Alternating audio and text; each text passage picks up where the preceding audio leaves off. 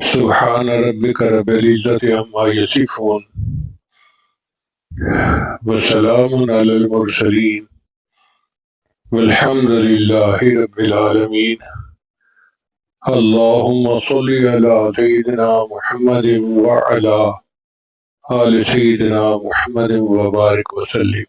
الحمدللہ ہم نے ہزاروں نہیں لاکھوں کو بتایا اور لاکھوں میں اس کا ہم نے نتیجہ پازیٹیو پایا کہ اگر آپ بدلنا چاہتے ہیں مگر سوچتے ہیں کہ میرا نفس میرے قابو میں نہیں، تو روزانہ عشاء کے بعد 2 رکعت صلاۃ التوبہ پڑھ کر دعا مانگنے کا معمول بنا لیں. یہ روز کا معمول بنا لیں. 1 دفعہ گناہ کیا، 2 دفعہ کیا، 1000 دفعہ کیا، لاکھ دفعہ کیا، جتنا مرضی کیا، بس یہ معمول شروع کر دیں کہ روزانہ گناہ کریں، فرق نہیں پڑتا، صرف 2 رکعت توبہ پڑھ کے اللہ سے دعا مانگنے کی نیت کر لیں اور یہ روز پڑھیں. نیت رکھیں کہ میں نے گناہ چھوڑنا ہے. آپ اس کی برکت دیکھنا، چند دنوں کے اندر اللہ تعالیٰ دل کے اندر اس گناہ سے نفرت کر دیں گے اور اس گناہ کے ماحول سے آپ کو اپنی رحمت کے ساتھ اللہ نکال دیں گے. جو لوگ کہتے تھے نا کہ ہم قسم کھا سکتے تھے کہ ہم اس گناہ کو نہیں چھوڑیں گے، اللہ نے 2 رکعت اس معمول کو بنانے پر اس گناہ سے بھی جان چھڑوا دی. حتیٰ کہ یورپ کے ماحول میں بعض شرابی کہنے لگے کہ ہم چھوڑنا چاہتے ہیں لیکن یہ زندگی کا اب حصہ بن گئی ہے، ہم چھوڑ نہیں سکتے. ہم نے کہا 2 رکعت نفل پڑھنا شروع کر دو. ڈائریکٹ اس کو کہنا کہ چھوڑ دو یہ اس کے لیے بوجھ ہوتا ہے. آپ اس کو کوئی ڈویبل چیز بتائیں جو وہ کر سکتا. ہم نے کہا بھائی ہم تو آپ کو یہ کہہ رہے ہیں کہ 2 رکعت نفل روزانہ باقاعدگی سے پڑھو، توبہ کی نیت سے پڑھو اور روز دعا مانگو، بس اتنا کام کر لو. اس نے کہا یہ تو میں ساتھ کر لوں گا. اب شراب بھی پی رہا ہے، توبہ کے نفل بھی پڑھ رہا ہے، شراب بھی پی رہا ہے، توبہ کے نفل بھی پڑھ رہا ہے، مگر یہ چیز زیادہ وقت چل نہ سکی. کچھ ہی عرصے کے بعد اللہ نے دل آ کر اس کو توبہ کی توفیق عطا فرما دی. ہمارے پاس کئی نوجوان آئے، حضرت ایک لڑکی کے ساتھ ایسا تعلق بن گیا ہے کہ میں اس کے بغیر نہیں رہ سکتا، اور شرعی تعلق بھی نہیں، غلط تعلق ہے. بھائی نفل پڑھو. حضرت نے نفل تو پڑھوں گا، تعلق نہیں چھوڑتا. ہم نے کہا بھائی ہم نے تعلق چھوڑنے والی تو بات ہی نہیں کی. ہم نے تو سننے کے بعد کہ آپ اس تعلق میں گرفتار ہیں، آپ ایک دوائی دی ہے، بس آپ اس کو استعمال کریں، پھر اس کی جو تاثیر ہوگی وہ آنکھوں سے دیکھنا. الحمدللہ کہ چند ہی دنوں میں یہ 2 رکعت صلاۃ التوبہ جو بندہ پڑھ لیتا ہے، اللہ اس کی برکت سے دل کی دنیا کو بدل کر. تو جو نوجوان یہ سوچے کہ میں گناہ کرتا ہوں چھوڑ نہیں سکتا، تو بھائی وہ یہ سوچے کہ میں نہیں چھوڑ سکتا، میرے پروردگار کو مجھ سے چھڑوا سکتا ہے نا. تو اگر اللہ تعالی ہم سے چھڑوا سکتے ہیں تو ہم 2 رکعت نفل تو شروع کر دینا، پھر اس 2 رکعت کی برکت دیکھنا. مانگے اللہ سے. بھلے شروع میں لگے کہ میں دکھاوا کر رہا ہوں، ریاکاری کر رہا ہوں، چھوڑنے کا تو اندر ارادہ نہیں، اور پیر صاحب کو خوش کرنے کے لیے میں نے ہاں کر دیا تھا، بالکل فکر نہ کریں، کرنا شروع کریں. نماز ہے. ان الصلاۃ تنہی عن الفحشاء والمنکر، قرآن مجید کی مہر لگی ہوئی ہے اس کے. آپ عمل کر کے تو دیکھیں اس کو. تو اللہ رب العزت دل آخر بندے کے دل میں گناہوں سے نفرت ڈال دیتے ہیں، اور جب اللہ تعالیٰ کی مہربانی ہو جاتی ہے پھر اللہ تعالیٰ گناہوں کو بھی نیکیوں میں تبدیل فرما دیتے ہیں. وہ چشم محبت تو جو آئے محبت ہے،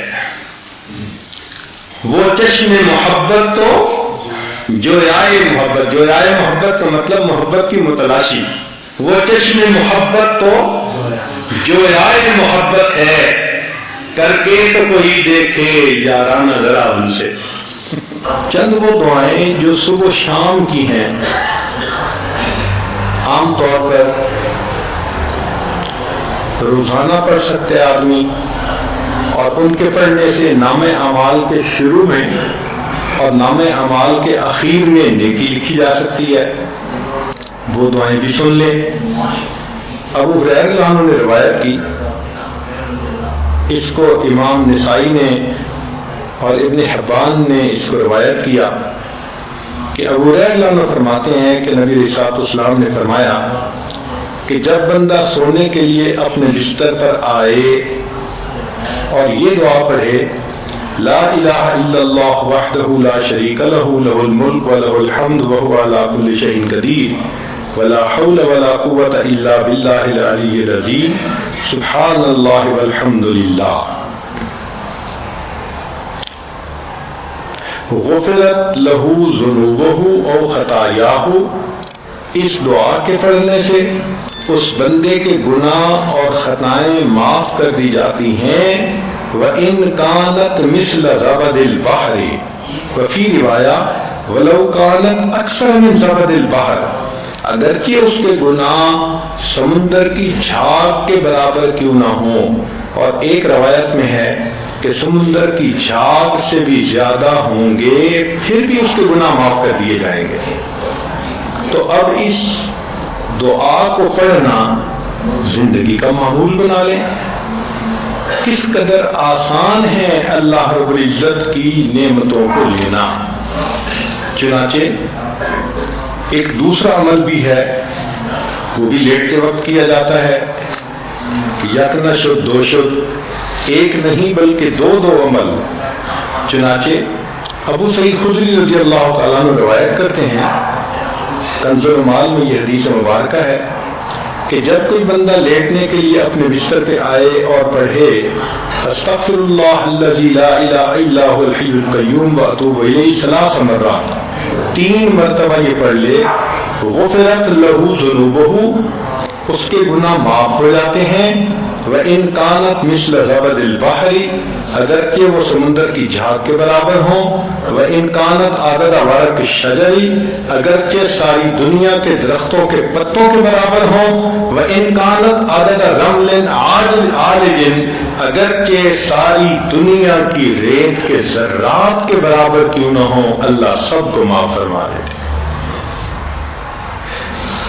اللہ اکبر کبیرہ، وہ کتنا کریم پروردگار ہے کہ جس نے اپنے بندوں کو بخشنے کے لیے کیا کیا آسانیاں پیدا کر دی ہیں کہ 3 مرتبہ یہ استغفار پڑھ کر انسان کے سارے گناہ معاف ہونے کی بشارتیں۔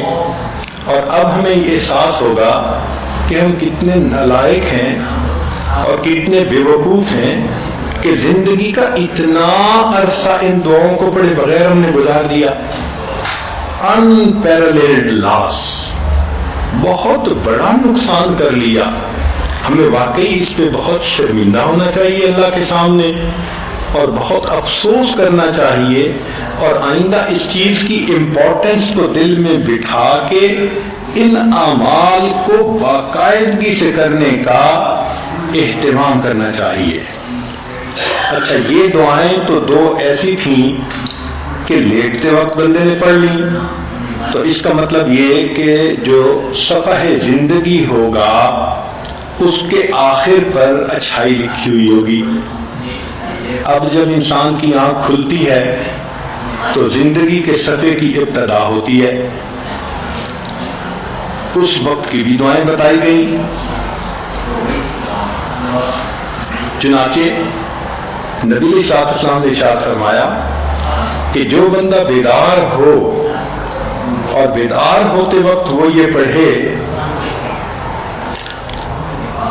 لا الہ الا اللہ وحدہ لا شریک لہ، لا الہ الا اللہ وحدہ لا شریک لہ، لہ الملک ولہ الحمد وہو علی کل شیء قدیر، الحمد للہ وسبحان اللہ ولا الہ الا اللہ واللہ اکبر ولا حول ولا قوة الا باللہ، ثم قال اللہم اغفر لی۔ یعنی جو بندہ صبح اٹھے اور یہ دعا پڑھے اور اس کے بعد کہے اللہم اغفر لی، اللہ میری مغفرت فرما دے، تو اللہ رب العزت اس پر اس بندے کی مغفرت فرما دیتے ہیں. بلکہ اس کے بعد ان تودع ثم صلی قبلت صلاتہ، اس دعا کے پڑھنے کی یہ خوبی یہ بھی ہے کہ اگر اس کے بعد اس نے وضو کیا اور فجر کی نماز پڑھی تو اللہ اس کی نماز کو بھی قبول فرما لیتے ہیں. تو دیکھیں، نام اعمال کے شروع میں بھی آپ نیکیاں لکھوا سکتی ہیں. اور عجیب مزے کی بات کہ درمیان میں بھی، نیند کے درمیان میں جب بندہ کروٹ لیتا ہے تو کئی مرتبہ آنکھ کھلتی ہے. تو جب آنکھ کھلتی ہے تو اس وقت بھی کچھ پڑھنے کے الفاظ ہیں. اگر ان الفاظ کو پڑھ لیں تو اس پر بھی اللہ رب العزت کی طرف سے مغفرت، اللہ رب العزت کی طرف سے اس پر بھی بندے کے گناہ معاف ہوتے ہیں. اب کروٹیں بدلتے ہوئے آنکھ کا کھلنا یہ تو معمول کی بات ہے. کتنی مرتبہ انسان سردی کے موسم میں کمبل ٹھیک کرتا ہے، رضائی ٹھیک کرتا ہے، اپنی کروٹ بدلتا ہے، ایک طرف سے دوسری طرف ہوتا ہے. تو کروٹ بدلتے ہوئے دعا کرنا، سبحان اللہ. عبداللہ بن عمر رضی اللہ عنہ نے اس کو روایت کیا کہ جو بندہ قال حین یتحرک من اللیل، کہ جو بندہ رات کو سویا ہوا کروٹ بدلے اور 10 مرتبہ کہہ دے بسم اللہ و سبحان اللہ و آمنت باللہ و کفرت بالطاغوت، تو ان کے پڑھنے سے اللہ رب العزت اس کے گناہوں کو بھی معاف فرمائیں گے اور ہر اس چیز سے محفوظ فرمائیں گے جس کا خوف اس کے دل میں ہو. ذرا توجہ کیجئے گا، یہ بہت بڑی نعمت ہے مشکل کام کہ نیند ہوتی ہے تو اس وقت تو بندہ چاہتا ہے کہ بس میٹھی نیند لے لیں اور دوبارہ آنکھ لگ جائے. تو اس وقت جو جاگنا ہے وہ مشکل معاملہ ہوتا ہے کچھ پڑھنا، لیکن اس وقت کے پڑھنے پر اجر بھی وہ ملا کہ جو اجر عام دعاؤں پر نہیں ملتا. کیا کہ آپ کے دل میں کتنی باتوں کا خوف ہوتا ہے، میاں نہ ناراض ہو جائے، اولاد نافرمان نہ بن جائے، بیٹی کے انداز بدلے ہوئے ہیں، اللہ اس کی حفاظت فرمائے، ساس آج کل بہت ناراض ہے، اللہ اس کو راضی کر دے، یا میرے خامن کا کاروبار نہیں چل رہا تو تنگ دستی کا خوف. جو خوف دل میں ہے، یا فلاں مجھ سے بہت حسد کرتی ہے وہ مجھے کوئی نقصان نہ پہنچا دے، یا ہمارے گھر میں چور نہ آ جائیں، ڈاکو نہ آ جائیں، عزت کے لٹیرے نہ آ جائیں، یہ کتنا قسم کا خوف ہوتا ہے. تو حدیث پاک میں فرمایا کہ کروٹ بدلتے ہوئے اگر یہ عمل کر لیں گی تو جس چیز کا خوف دل میں ہوگا اللہ تعالیٰ اس خوف کو ختم فرما دیں گے. سبحان اللہ، کتنی بڑی نعمت اللہ رب العزت نے عطا فرما دی کہ کروٹ لینے پر وہ نعمت مل گئی کہ سارے گناہ ہی اللہ نے معاف کر دیے، اور جو خوف دل میں لگا ہوا تھا اللہ رب العزت نے وہ خوف بھی دل سے نکال دیا. لمبی چوڑی اپنی تسبیحات کرنے کی بجائے ہم وہ کام کیوں نہ کریں جو اللہ کے حبیب صلی اللہ علیہ وسلم نے بتلایا کہ جس پر گناہ معاف ہوتے ہیں. چنانچہ حدیث مبارکہ میں آتا ہے دوسرا عمل کروٹ لیتے ہوئے،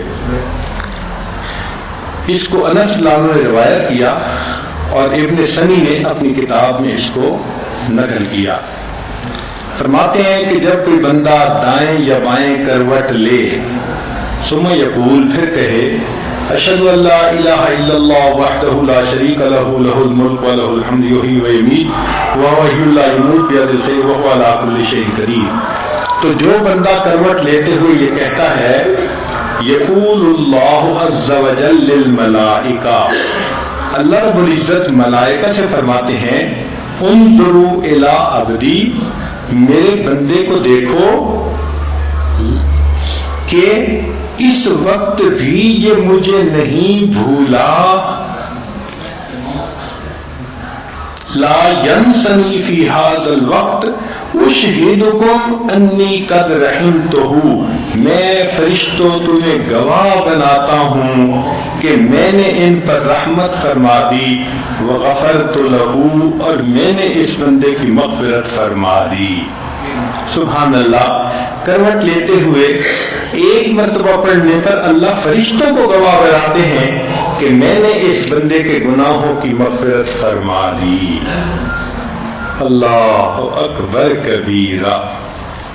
تو یہ تو اللہ رب العزت کا کرم ہے اور احسان ہے کہ رب کریم نے ہمارے لیے اس طرح راستے کھول دیے کہ ہم آسانی سے اپنے گناہوں کی مغفرت کروا سکتے ہیں۔ اور اب دو باتیں اور ہیں، مختصر سن لیجئے کہ اس کو طبرانی نے روایت کیا، حضرت معاذ اللہ عنہ اس کے راوی ہیں، فرماتے ہیں کہ جو بندہ اللہ رب العزت سے اس حال میں ملے کہ وہ اللہ سے حسن ظن رکھتا ہو، مغفرت کی امید رکھتا ہو، چنانچہ حدیث پاک میں فرمایا ان شئتم، اگر تم چاہو، انبأتکم، میں تمہیں بتا دوں، اول ما یقول اللہ للمؤمنین یوم القیامہ، کہ اللہ تعالیٰ قیامت کے دن ایمان والوں سے سب سے پہلے کیا بات کہیں گے، وَأَوَّلُ مَا يَقُولُونَ، اور یہ اللہ کو کیا کہیں گے، فَإِنَّ اللَّهَ يَقُولُ لِلْمُؤْمِنِينَ، اللہ تعالیٰ ایمان والوں کو قیامت کے دن یہ فرمائیں گے، هَلْ أَحْبَبْتُمْ لِقَائِي، کیا تمہیں مجھ سے ملاقات کرنا پسند تھا، فَيَقُولُونَ، ایمان والے جواب دیں گے، نعم یا ربنا، اے پروردگار ہمیں آپ سے ملنا بہت پسند تھا، ہم دعائیں مانگتے تھے، اداس ہوتے تھے اور آپ کو ملنے کی تمنائیں کیا کرتے تھے۔ فیقول لما، اللہ پوچھیں گے کہ کیوں ملاقات مجھ سے کرنے کی تمہیں تمنا تھی، فیقولون، وہ جواب میں کہیں گے، رجونا عفوک ومغفرتک، اللہ ہمیں آپ سے مغفرت اور معافی کی امید تھی۔ فیقول، اللہ فرمائیں گے، فقد اوجبت لکم عفوی ومغفرتی، میں نے اپنے عفو اور مغفرت کو تم پر واجب کر دیا۔ سبحان اللہ۔ جو بندہ اللہ سے حسن ظن رکھے کہ وہ میرے پر مہربانی فرمائے گا، گناہوں کو معاف کرے گا، اللہ قیامت کے دن اسی بات کو بہانہ بنا کر گناہ معاف کر دیں گے۔ اور آج کی مجلس کی آخری حدیث مبارکہ، اس کو سلمان فارسی رضی اللہ عنہ نے روایت کیا کہ ان رسول اللہ صلی اللہ علیہ وسلم قال اذا رجف قلب المؤمن فی سبیل اللہ تحطت خطایاہ کما یتحط عشق النخلۃ ای ثمارها، کہ نبی علیہ الصلوۃ والسلام نے ارشاد فرمایا کہ جب مسلمان کا دل اللہ کے راستے میں کپ کپانے لگے تو اس کی خطائیں ایسے جھڑتی ہیں جیسے کہ تیز ہوا کے چلنے سے کھجور کے خوشے گر جاتے ہیں، یعنی درخت سے پھل گر جاتا ہے جیسے تیز ہوا کے چلنے سے، ایسے جس بندے کا دل اللہ کی عظمت کو سوچ کے کپ کپایا، اللہ کی خوف سے کپ کپا گیا، اس کے گناہ اسی وقت جھڑ جاتے ہیں۔ اس کا آسان طریقہ کہ آپ شام کو سونے سے پہلے، یعنی مصلی پہ جب نماز مکمل کریں تو ایک عادت بنا لیں کہ پوری دن کے جو اعمال ہیں ان کو ریویو کریں۔ آج میں نے کیا کیا، کون سے اچھے کام کیے، اس پہ دل میں الحمدللہ پڑھ لیں، شکر ادا کریں، اور مجھ سے آج کون سی غلطیاں ہوئیں، کہاں میں نے بد نظری کی، کہاں میں نے بے پردگی کی، کہاں میں نے غیبت کی، اور جو جو گناہ اس دن سرزد ہوئے، کہاں میں نے جھوٹ بولا، کہاں کیا گناہ سرزد ہوا، تو ان تمام گناہوں کو سوچ کر اپنے دل میں نادم ہوں، استغفار کریں، اور اگر آپ کا دل ندامت سے کپ کپا اٹھے گا، اس عمل پر سارے دن کے گناہوں کو اللہ معاف فرما دیں گے۔ اس کو عادت بنا لیجئے کہ رات کو سونے سے پہلے لوگ تو اپنا منہ صاف کر کے سو لیتے ہیں، عورتیں بچوں کو سمجھاتی ہیں کہ سونے سے پہلے ٹوتھ برش کرنا بڑا ضروری، تاکہ صاف دانتوں کو لے کے سو۔ اگر صاف منہ کو لے کے سونا اتنا اہم ہے تو صاف دل کو لے کے بھی تو سونا اہم ہے۔ اللہ تعالی ہمیں سمجھ عطا فرمائے تاکہ ہم موقع موقع کی دعاؤں کو پڑھیں اور اللہ سے اس کی رحمتوں کو حاصل کریں۔ ضرور مصری رحمۃ اللہ علیہ فرماتے ہیں الشوق کہ محبت اور شوق جب اللہ تعالیٰ کا دل میں بہت بڑھ جاتا ہے تو پھر اذا بلغ العبد استبطأ الموت شوقا الى ربه وحبا للقائه والنظر الیہ، تو بندے کو موت بے تاب کر دیتی ہے، دل چاہتا ہے کہ موت جلدی آ جائے تاکہ مجھے اللہ سے ملاقات نصیب ہو جائے اور اللہ تعالیٰ کا دیدار نصیب ہو جائے۔ سبحان اللہ، معلوم ہوا کہ اللہ رب العزت کی محبت انسان کے لیے زندگی کا سب سے بڑا سرمایہ ہے۔ حسین بن عیاض رحمۃ اللہ علیہ فرماتے تھے کہ اگر کوئی بندہ یہ کہے اذا قیل لک تحب اللہ، اگر کوئی بندہ تم سے یہ پوچھے کہ تم اللہ سے محبت کرتے ہو، بس خود فرماتے ہیں کہ جواب میں چپ رہنا، بات مت کرنا۔ عجیب نکتے کی بات بولی، فرمایا کہ جب کوئی تم سے پوچھے کہ تم اللہ سے محبت کرتے ہو، بس خود خاموش رہنا۔ فَإِن قُلْتَ لَا كَفَرْتَ، اگر تم نے کہا نہیں تو پھر کافر ہو جاؤ گے۔ وَإِن قُلْتَ نَعَمْ، اور اگر تم نے کہا ہاں، فَلَيْسَ وَصْفُكَ وَصْفُ الْمُحِبِّينَ، تو محبین کا وصف تو تمہارے اندر موجود نہیں، لہذا جھوٹ بولنے سے پرہیز کر لینا۔ اللہ اکبر کبیرہ۔ تو معلوم ہوا کہ ہم اگر اللہ رب العزت سے محبت کرتے ہیں تو ہمیں محبین کی صفات اپنے اندر پیدا کرنے کی ضرورت ہے، اور محبین کی یہ دلیل ہوتی ہے کہ ان کے ان یکون ذکر اللہ عندک احلی من العسل، اللہ کا ذکر ان کے نزدیک شہد کھانے سے بھی زیادہ مرغوب ہو جاتا ہے۔ اور آج اگر پوچھئے کہ بھئی معاملات کرتے ہیں تو جواب کیا ملتا ہے؟ جی مجھے تو وقت ہی نہیں ملتا، مجھے تو فرصت ہی نہیں ملتی۔ تو محبین کی تو یہ علامت نہ ہوئی نا کہ 24 گھنٹے گزر گئے اور مراقبے میں بیٹھنے کی 5 منٹ بھی توفیق نصیب نہ ہوئی، مہینوں گزر جاتے ہیں تہجد کی توفیق نہیں ہوتی۔ یہ معلوم ہوتا ہے کہ انسان اللہ سے برائے نام محبت کا اظہار کرتا ہے، اس کے دل میں اللہ کی محبت نے جڑ نہیں پکڑی ہوتی۔ اگر محبت دل میں جڑ پکڑ جائے تو یہ کیسے ممکن ہے کہ انسان پورا دن اپنے رب کو یاد نہ کرے؟ لہذا اللہ رب العزت سے محبت کرنے کے لیے ہمیں چاہیے کہ ہم نیک اعمال دوڑ دوڑ کر کریں اور گناہوں سے اپنے آپ کو بچانے کی کوشش کریں۔ ایک حدیث مبارکہ ہے، قال اللہ تعالی، حدیث قدسی، وجبت محبتی للمتحابین فیہ، جو ایک دوسرے سے محبت کرتے ہوں اللہ کے لیے، اللہ فرماتے ہیں ان پر میری محبت واجب ہو جاتی ہے۔ والمتجالسین فیہ، جو میرے لیے ہم جلیس بن جائیں، مل بیٹھیں، ان کو میری محبت ضرور ملتی ہے۔ والمتداورین فیہ، اور میرے لیے ایک دوسرے سے جو ملتے جلتے ہیں ان کو ملتی ہے۔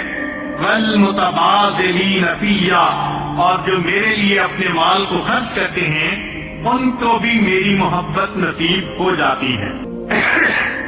چنانچہ مسلم یسار رحمۃ اللہ علیہ فرماتے ہیں، ما تلذذ المتلذذون بمثل الخلوۃ بمجاۃ اللہ والانس بمحبتہ، جن لوگوں کو اللہ کے ساتھ محبت ہوتی ہے ان کو پھر اللہ کے ساتھ خلوت میں کیا مزہ ملتا ہے، ایسا مزہ دنیا میں کسی دوسرے بندے کو نصیب ہو نہیں سکتا۔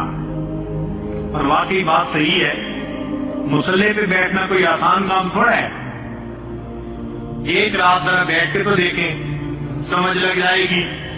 چند منٹ کے بعد زمین بندے کو اچھالتی ہے، مصلی سے اٹھتا ہے بندہ، بھاگتا ہے۔ مصلی پہ بیٹھنا آسان کام نہیں ہے۔ جو لوگ عشاء کے وضو سے فجر کی نمازیں پڑھا کرتے تھے، یہ وہ لوگ تھے جن کے دل اللہ کی محبت سے لبریز ہوا کرتے تھے۔ وہ مصلی پہ آ کے ایسے پرسکون ہوتے تھے جیسے مچھلی کسی پانی کے اندر جا کر پرسکون ہو جایا کرتی ہے۔ پھر ایسے لوگوں کو تہجد کے وقت میں بستر بچھال دیتا تھا، وہ اللہ کے سامنے اٹھ کے کھڑے ہوتے تھے اور اللہ رب العزت سے اپنی محبت کا اظہار کرتے تھے۔ اسی لیے داؤد علیہ السلام کو اللہ تعالیٰ نے وحی نازل فرمائی، اے داؤد، جھوٹا ہے وہ شخص جو میری محبت کا دعویٰ کرے اور جب رات آئے تو سو جائے۔ جھوٹا ہے وہ شخص جو میری محبت کا دعویٰ کرے اور جب رات آئے تو سو جائے۔ کیا ہر عاشق اپنے معشوق کے ساتھ تنہائی نہیں چاہتا؟ اگر ان کو محبت تھی تو ان کو چاہیے تھا کہ رات کے آخری پہر میں اٹھتے اور میرے ساتھ اس وقت راز و نیاز کی باتیں کرتے۔ تو سالک کے دل میں یہ تمنا ہونی چاہیے کہ کوئی بھی رات تہجد کے بغیر نہ گزرے۔ ہاں، سنت مبارکہ ہے کہ عشاء کے بعد انسان جلدی سوئے۔ آج شیطان اس سنت سے ہمیں محروم کرتا ہے۔ عشاء کے بعد جلدی سونے والی سنت اس سے محروم کرتا ہے۔ حدیث پاک میں ہے کہ نبی علیہ السلام عشاء سے پہلے سونے کو ناپسند کرتے تھے اور عشاء کے بعد والحدیث بعدہا، عشاء کے بعد باتیں کرنے کو ناپسند فرماتے تھے۔ ضرورت کی بات ہو تو ضرور کیجیے، وعظ و نصیحت کی مجلس ہے تو ضرور کیجیے۔ ایک ہوتا ہے گپ شپ۔ آج عشاء کے بعد لوگ اس طرح فریش ہوتے ہیں جیسے اللہ والے فجر کے بعد پورا دن گزارنے کے لیے فریش ہوا کرتے۔ کچھ لوگوں کا تو دن ہی عشاء کے بعد شروع ہوتا ہے، اس کو فون ہو رہا ہے، اس کو فون ہو رہا ہے، اس سے باتیں ہو رہی ہیں۔ اچھا، آج فلاں کارنر پہ کھانے کے لیے چلتے ہیں، آج فلاں پوائنٹ پہ کھانے کے لیے چلتے ہیں۔ جب رات کا ابتدائی حصہ اس طرح بسر کر دیا گیا تو پھر ایسے لوگوں کو یہ نہیں کہ تہجد کی توفیق ہوتی ہے، نا نا نا، وہ رات کے 1-2 بجے تک تو ان کاموں میں وقت گزارتے ہیں۔ جب آخری پہر شروع ہوتا ہے، آپ غور کریں، سب کے سب سوئے پڑے ہوتے ہیں۔ شیطان تھپکی دے کے سلا دیتا ہے، بس میں نے تم سے وقت ضائع کروانا تھا اور تم نے کر لیا، لہذا آرام سے سو جاؤ۔ ہم نے کئی مرتبہ تجربہ کیا اس کا۔ شادی کا دن ہے یا رات ہے، عورتیں کہتی ہیں، عام عورتیں، جی ہم تو آج ساری رات جاگیں گی۔ تو وہ جاگتی ہیں لہو و لعب میں، مگر کب تک؟ 1-2 بجے تک۔ 1-2 بجے کے بعد سب وہی پڑی ہوتی ہیں۔ کیا مطلب؟ کہ جب اللہ سے مانگنے کا وقت شروع ہوتا ہے، اللہ رب العزت ایسے لوگوں کو فرشتوں کے ذریعے تھپکیاں دے کے سلا دیا کرتے۔ حدیث پاک میں ہے، رات ہوتی ہے، اللہ تعالیٰ فرشتوں کی ایک جماعت کو بلاتے ہیں، فرماتے ہیں کہ میرے فرشتوں، فلاں فلاں مجھے ناپسند ہے، جاؤ اور ان کو تھپکی دے کے سلا دو۔ میں نہیں چاہتا کہ وہ اس وقت میں اٹھیں، میں ان کی شکل دیکھنا پسند نہیں کرتا، لہذا فرشتے تھپکی دے کے سلا دیتے ہیں۔ ساری رات جاگتے ہیں، آخری پہر میں گہری نیند آ جاتی ہے۔ پھر فرشتوں کی دوسری جماعت، اللہ تعالیٰ فرماتے ہیں فلاں فلاں میرے محبوب بندے ہیں، جاؤ اور ان کو پر مار کے جگا دو۔ وہ اٹھیں، مجھ سے راز و نیاز کی باتیں کریں، وہ مجھ سے مانگیں، میں ان کی جھولیوں کو بھر دوں۔ چنانچہ فرشتے آتے ہیں اور بعض لوگوں کو پر مار کے جگا دیتے ہیں۔ چنانچہ آپ نے دیکھا کہ بعض لوگ ان کو کبھی گھڑی کا الارم بھی لگانا پڑتا تہجد کے لیے، اندر الارم فٹ ہوتا ہے، خود بخود آنکھ کھل جاتی ہے، وہ فرشتے جگا دیتے ہیں ان کو تہجد کے لیے۔ اور فرمایا ایک تیسری جماعت فرشتوں کی ہوتی ہے، اللہ تعالیٰ فرماتے ہیں کہ دیکھو فلاں فلاں میرے مقربین میں سے ہیں، میں ان سے اتنا پیار کرتا ہوں، میں ان سے راضی ہوں، ان سے خوش ہوں، جاؤ اور ان کی کروٹ بدل دو، ان کی کروٹ بدل دو۔ یہ چاہیں گے تو عبادت کریں گے اٹھ کر، یہ چاہیں گے تو سوئیں گے، میں ان کے جاگنے پہ بھی راضی ہوں، میں ان کے سونے پہ بھی راضی ہوں۔ اب ہم سوچیں کہ ہم تینوں میں سے کس کیٹیگری میں داخل ہیں۔ اگر مہینہ گزر گیا اور تہجد نہ پڑھ سکے چند دن بھی، تو اس کا مطلب کہ پہلی کیٹیگری جس کو فرشتے تھپکیاں دے کے سلا دیتے ہیں، تو یہ نہ کہا کرے میں تہجد نہیں پڑھتا، بلکہ یوں کہا کرے کہ اللہ اس وقت میرے چہرے کو دیکھنا پسند نہیں کرتے۔ حقیقت تو یہی ہے نا کہ اللہ تعالیٰ شکل دیکھنا ہی پسند نہیں کرتے، سلا دیتے ہیں، سوئے رہو، پڑے رہو۔ سالک کو چاہیے کہ ایک مہینے میں اگر 30 دن ہوتے ہیں تو 35 مرتبہ تہجد پڑھے۔ اب آپ حیران ہوں گے کہ جی دن تو 30 اور تہجد 35 مرتبہ۔ جی ہاں، جو تہجد پڑھنے والے ہیں وہ ایک رات میں 2 دفعہ بھی پڑھتے ہیں۔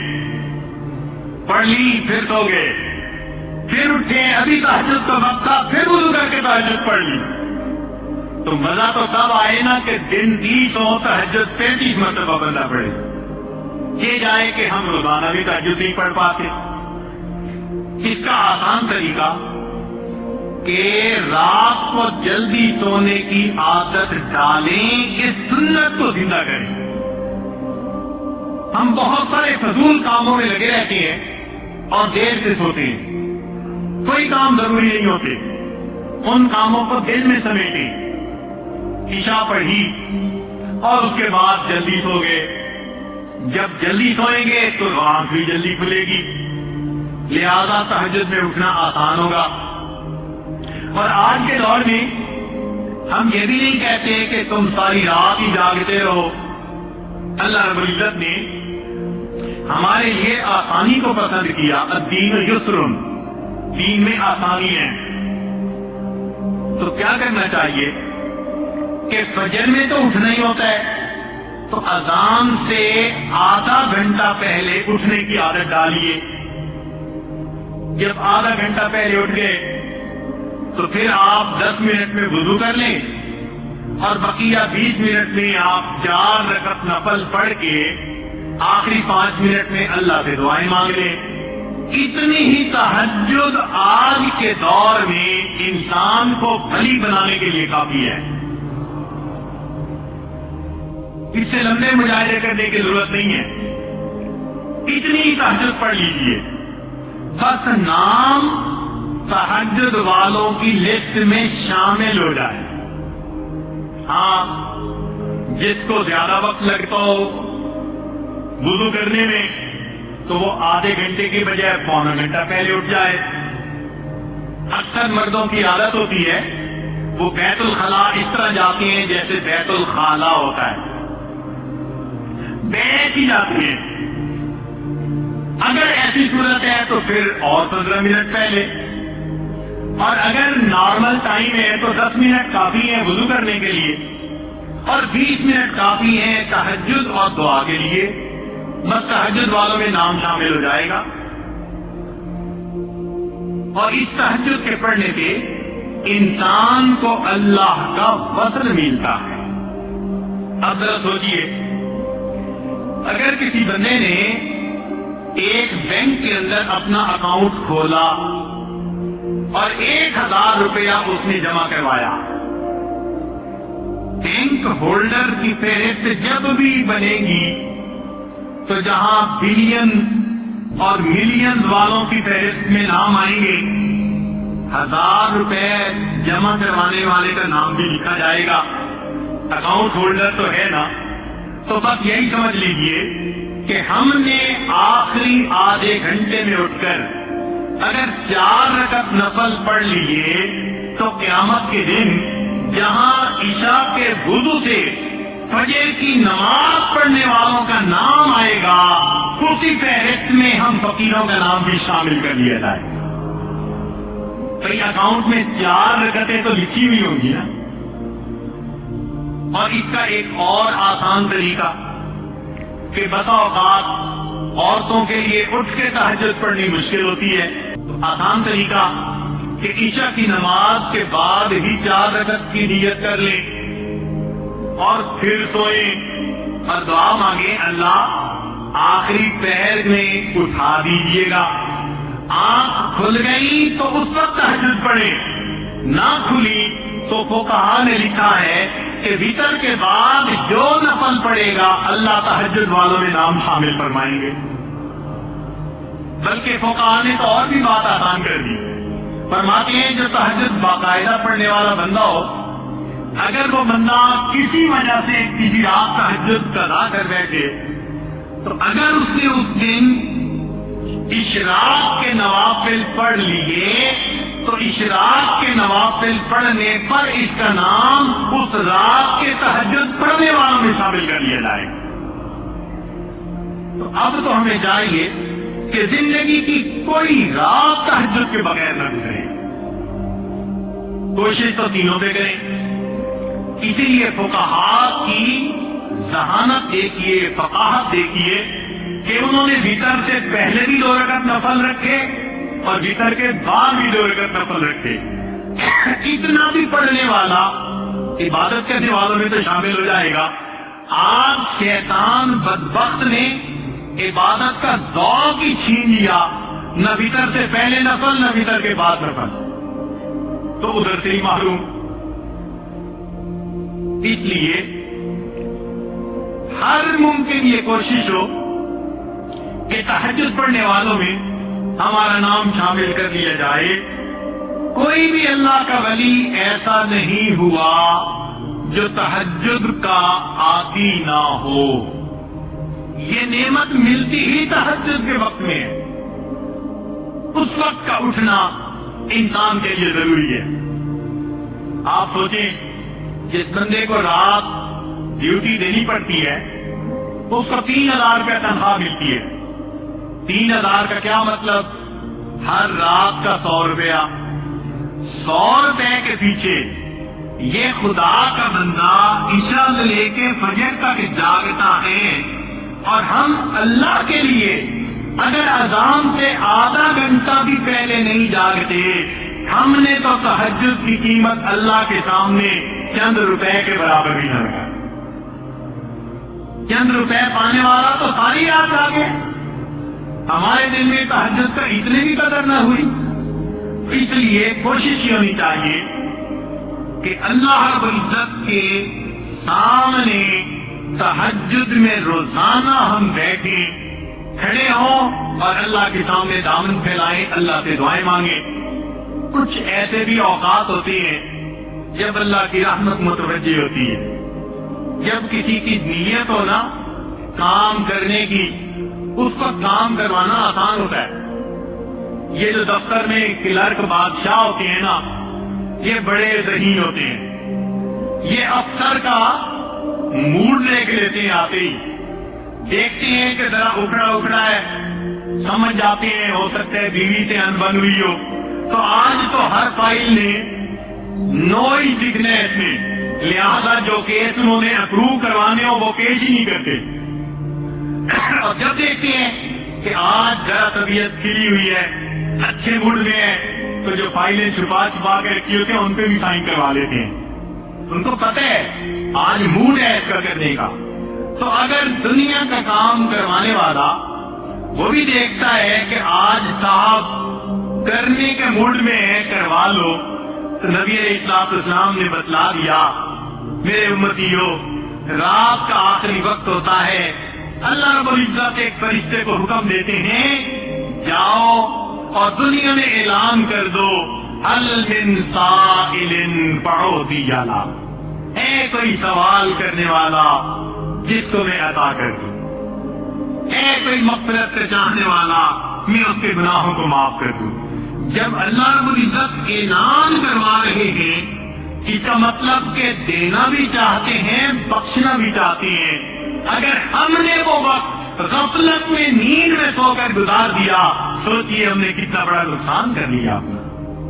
اس لیے رات کے آخری پہر کی چند رکعت اس کو اس طرح اہتمام سے پڑھیں جیسے عام لوگ 5 نمازوں کا اہتمام کرتے ہیں۔ اور یہ تہجد کی پابندی نہ ہونا ایک بہت بڑی مصیبت ہے۔ اللہ تعالیٰ اپنے پیارے حبیب صلی اللہ علیہ وسلم کو فرماتے ہیں وَمِنَ اللَّيْلِ فَتَهَجَّدْ بِهِ نَافِلَةً لَكَ، اے میرے محبوب رات کو تہجد ادا کیجئے، عَسَىٰ أَن يَبْعَثَكَ رَبُّكَ مَقَامًا مَحْمُودًا، ہو سکتا ہے اللہ آپ کو مقام محمود عطا فرمائے۔ تو جیسے نبی علیہ السلام کو تہجد سے مقام محمود ملنے کی بشارت ملی، امتی کو تہجد کی پابندی سے اللہ کا قرب ملنے کی بشارت ہے۔ ایک بات ذہن میں رکھیے کہ تہجد کے وقت میں فرشتے ان بندوں کی فہرست میں آتے ہیں جو اللہ سے محبت کرنے والے ہیں۔ اب اگر ایک دن تہجد مس ہو گئی تو لسٹ میں سے نام نکل گیا، پھر دوسرے دن مس ہو گئی تو پھر نام نکل گیا۔ اگر 10 مرتبہ مہینے میں نام نکل جائے تو اس کا مطلب ہے کہ اللہ کے چاہنے والوں کے فہرست میں ان کا نام ہی شامل نہیں ہوگا۔ اس لیے عام لوگوں کے اوپر تہجد لازم نہیں ہے، لیکن جو سالک ہوں اور اللہ سے محبت چاہنے کے طالب ہوں ان کے لیے تہجد بہت ضروری ہے۔ اور تہجد پڑھنا کوئی مشکل کام بھی نہیں۔ کون کہتا ہے کہ آپ آدھی رات سے تہجد پڑھیں؟ عادت بنائیں کہ اذان ہونے سے آدھا گھنٹہ پہلے اٹھنا کی عادت بن جائے۔ فرض اذان ہوتی ہے 4:45 پہ، تو آدھا گھنٹہ پہلے اٹھیں اور 15 منٹ میں وضو کر لیں۔ اور اگر کسی کو واش روم میں زیادہ وقت لگتا ہے تو وہ اتنا پہلے اٹھ لے، کیونکہ بعض لوگ نوجوان جو ہیں وہ بیت الخلاء میں زیادہ ٹائم لگاتے ہیں، بیت الخلاء میں جا کے ایسے بیٹھتے ہیں جیسے بیت الخلا ہوتی ہے۔ تو 15 منٹ میں وضو کر کے جو آخری 15 منٹ ہیں بس اس میں 4 رکعت ہلکے پڑھ لیں۔ پہلی 2 رکعت قل یا ایھا الکافرون اور قل اللہ احد کے ساتھ، اور دوسری 2 رکعت جتنا اللہ توفیق عطا فرمائے، سورہ یاسین شریف پڑھے اور سورتیں پڑھے جو یاد ہیں۔ بس یہی تہجد ہے۔ آج کے دور میں جو بندہ یہ عمل کر لے گا تہجد ہو جائے گی۔ پھر اس کے بعد فجر کا وقت ہو جائے گا تو فجر پڑھے اور باقی معاملات فجر کے بعد کریں۔ اگر آپ کہتے ہیں جی نیند پوری نہیں ہوئی تو فجر کے بعد پھر سو جائے۔ پہلے دور میں تہجد بین النومین ہوتی تھی اور آج کے دور میں فجر بین النومین ہوتی ہے، لیکن تہجد کی بہرحال پابندی ہونی چاہیے، حاضری لوگ نہیں چاہیے۔ ہمارے حضرت فرمایا کرتے تھے مزدور سارا دن مزدوری کرتا ہے، جب شام کو اجرت ملنے کا وقت ہوتا ہے تو اس وقت وہ حاضر ہوتا ہے، غیر حاضر نہیں ہوتا۔ اسی طرح سالک کو تہجد کے وقت روزینہ ملتا ہے اللہ کی طرف سے، تو وہ کیسے اس وقت سویا ہوا ہو سکتا ہے؟ جنید بغدادی رحمۃ اللہ فرمایا کرتے تھے کہ سب کا شکر آمات اڑ گئے، آخری رات کے چند نفل کام آ گئے۔ تو یہ آخری رات کے چند نفل جو ہیں یہ انتہائی ضروری ہیں۔ اللہ تعالیٰ ہمیں باقاعدگی کے ساتھ تہجد پڑھنے کی توفیق عطا فرمائے۔ جو تہجد میں رکاوٹیں ہیں ان میں سب سے پہلی ہے بدنظری، اور دوسرا ہے ایسی چیزیں کھانا بازار کی کہ جن میں حلال حرام کی ملاوٹ ہو، تو اس سے پھر انسان تہجد سے محروم ہو جاتا ہے۔ حدیث مبارکہ میں ہے جب رات آتی ہے تو 3 طرح کے لوگ ہوتے ہیں، 3 طرح کی جماعتیں ہوتی ہیں۔ ایک وہ فرشتے، ایک وہ لوگ کہ اللہ تعالیٰ اپنے فرشتوں کو حکم فرماتے ہیں کہ دیکھو یہ میرے محبوب لوگوں کے اٹھنے کا وقت ہے، جاؤ اور ان کو پر مار کے جگا دو۔ تو فرشتے آ کے پر مار کے جگا دیتے ہیں، خود بخود آنکھ کھل جاتی ہے۔ میاں محمد بخش رحمۃ اللہ فرماتے ہیں رات پوے تے بے دردانو میٹھی نیندر آوے، رات پوے تے بے دردانو میٹھی نیندر آوے، درد مندانو یاد سجن دی ستے آن جگاوے۔ اور جو درد مند ہوتے ہیں ان کو سجن کی یاد سوتے کو آ کے جگا دیتی ہے۔ تو اللہ کرے کہ ہم بھی ان لوگوں میں شامل ہوں کہ جن کو محبوب کی یاد سوتے میں آ کے جگا دیتی ہے۔ اور دوسرے گروہ کے لوگ ہوتے ہیں یہ اللہ کے مقربین ہوتے ہیں۔ اللہ فرشتوں کو فرماتے ہیں دیکھو یہ میرے محبوب لوگ ہیں، دین کا کام کرنے والے، تھکے ہوئے ہیں، آرام کر رہے ہیں، جا کے ان کی کروٹ بدل دو۔ یہ چاہیں گے تو سو جائیں گے اور چاہیں گے تو یہ کھڑے ہو کے نماز پڑھیں گے۔ میں ان کے سونے پہ بھی راضی، میں ان کے جاگنے پہ بھی راضی۔ یہ ایسا ہی ہے کہ جیسے کوئی کاریگر آئے اور اس کا ہتھیار جو ہے وہ ٹھیک کرنے کی ضرورت پڑ جائے تو وہ اپنے مزدوری کے وقت میں اپنے ہتھیار کو ٹھیک کرتا ہے اور اس کی مزدوری کاٹی نہیں جاتی کہ اتنا وقت آپ نے کام نہیں کیا، وہی وہ چیز اس میں شامل ہوتی ہے۔ اسی طرح جو لوگ دین کا کام کرنے والے ہیں تو وہ بھی ایسے ہی کریں کہ دین کا کام کریں اور اللہ تعالیٰ ان کے جاگنے پہ بھی راضی، ان کے سونے پہ بھی راضی۔ پھر تیسرا گروہ ہوتا ہے اللہ تعالیٰ اپنے فرشتوں کو حکم فرماتے ہیں کہ جاؤ یہ وہ میرے بندے ہیں جن کو میں پسند ہی نہیں کرتا، تم جا کے پہرا دو کہیں یہ نہ اٹھ جائے، میں ان کی شکل ہی دیکھنا پسند نہیں کرتا۔ تو اس لیے اگر تہجد قضا ہوتی ہے تو آپ دل میں یہ سوچیں کہ اللہ تعالیٰ میری شکل دیکھنا ہی پسند نہیں کرتے، اور کوشش کریں کہ باقاعدگی کے ساتھ، اہتمام کے ساتھ تہجد پڑھیں۔ وہ چند لمحے تو 24 گھنٹے کا نچوڑ ہوتا ہے۔ اللہ تعالیٰ ہمیں ان معمولات کی پابندی کرنے کی توفیق عطا فرمائے اور ہماری تمام غلطیوں کو، تاہیوں کو اپنے فضل سے معاف فرما دے۔